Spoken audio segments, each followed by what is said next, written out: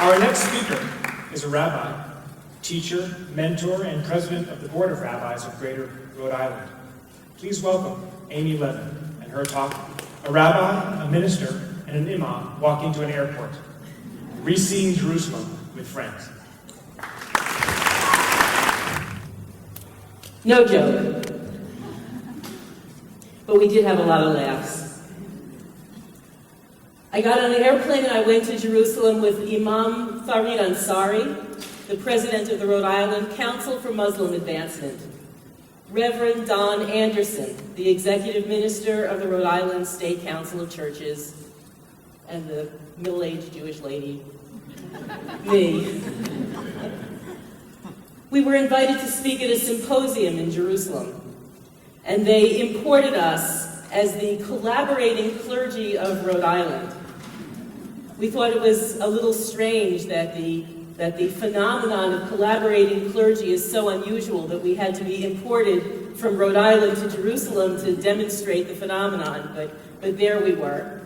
And we came to Jerusalem with a tremendous sense of mission and message because we were bringing our heritages of Islam and Christianity and Judaism and the heritage of Rhode Island and Roger Williams' ethos of religious liberty. But before I get to where we were and what we did in Jerusalem, I have to back up and tell you a little bit about me, because we have spoken, the three of us, about this trip a number of times, but this is the first time I'm talking about my journey within our journey. And if you had the three of us up here together, you would hear a little bit different version of a journey. My journey begins in East Orange, New Jersey, in a very working class neighborhood.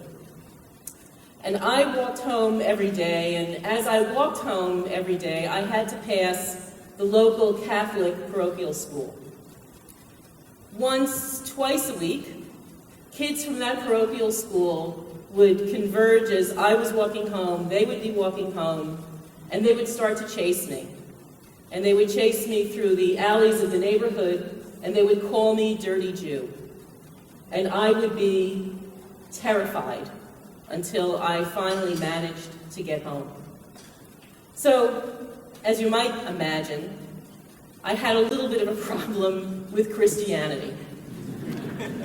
Christmas and Easter were not happy times for me, and when I would see the window displays and when I would see the TV specials, I wouldn't feel like I was celebrating, I would actually feel rather threatened.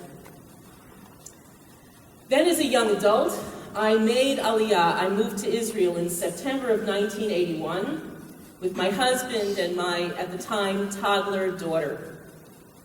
And just about a week after we arrived, I was walking in downtown Jerusalem, and I stopped at the major department store in town, and there was a big window display, big white letters with lots of bling, and the window display said, Shana Tova, Happy New Year. And I had this huge moment of affirmation, because the New Year that was being celebrated was not the January 1st Christian New Year.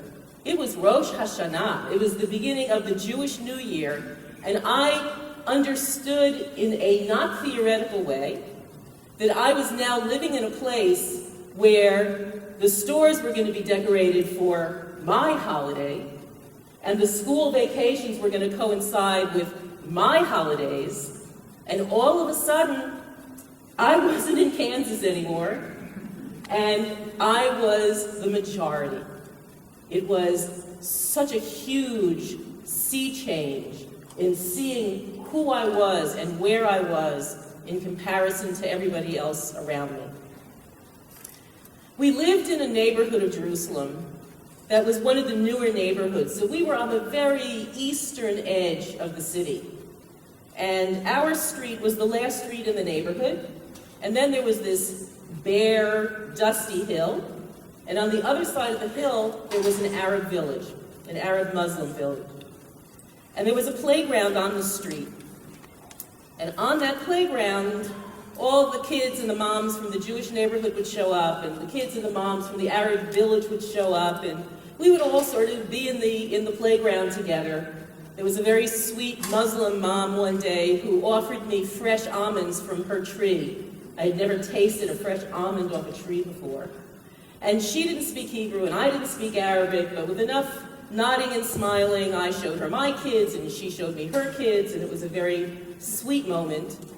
And those sweet moments came to an end when the Intifada began. The Intifada began, and I came home from work one night, and it was late, and it was dark. And as I got out of my car, I heard this huge thump, and I saw that there was a dent in my car door.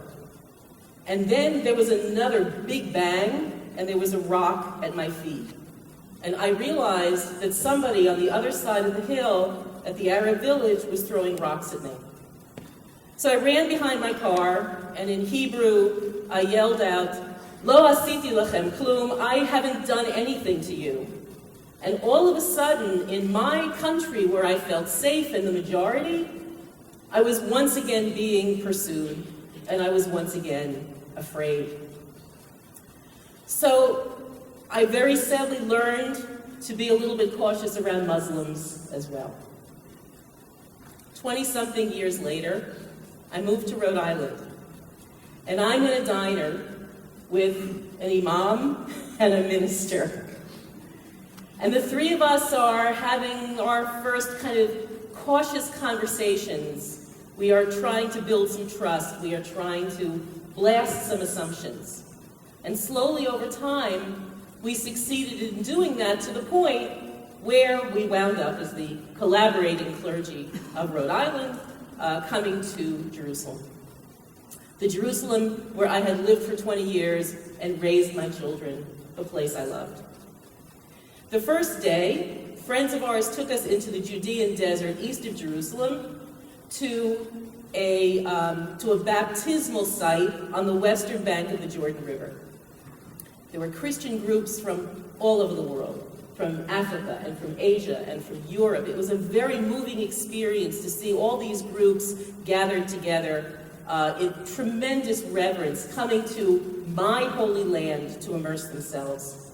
And then we went to the mosque of Nebi Musa, of the Navi Moshe, the prophet Moses, where Farid bathed his feet and went into the mosque and with tremendous reverence prayed. And then Don and Farid were rushed off by their co-religionists, the Christians and the Muslims of East Jerusalem and of the West Bank, and they were taken to their holy sites, and they were welcomed in people's homes. And then their hosts brought them back to West Jerusalem where the symposium was taking place, and I got to meet these beautiful, wonderful people. And after 20 years of living in Jerusalem, I was able to look Christians in the face and shake their hands, and look Muslims in the face and shake their hands, and talk to them about this city that we all loved. And it was only because of my friends that I was able to step out of my safe space of Western Jewish Jerusalem and get to meet and experience some of the other communities in our beautiful city. We Jews have a rather proprietary relationship with Abraham. We trace our roots back to Abraham and Sarah. We have a tendency to forget that Abraham's name, Avraham, is the father of many peoples. And the Muslims and the Jews and the Christians, everybody traces their roots back to Avraham and to his sons Isaac and to Ishmael. In the Torah, God turns to Abraham, and he says, God says to Abraham, "V'nivrachu b'cha kol goyei haaretz." All the peoples of the world will be blessed through you. And it is through my friends and through the journey that we went on together that I learned a little bit of comfortable humility in sharing Abraham, and a little comfortable humility in sharing Abraham's blessings with other people. So I would suggest to you that if you're feeling a little walled in your safe space. If you're feeling like everything is a little too comfortable and too familiar, and you have a sense that there might be something else, find yourself a couple of very well-trusted and sweet, out-of-the-box friends, and let them show you a different way to experience the world. Thank you.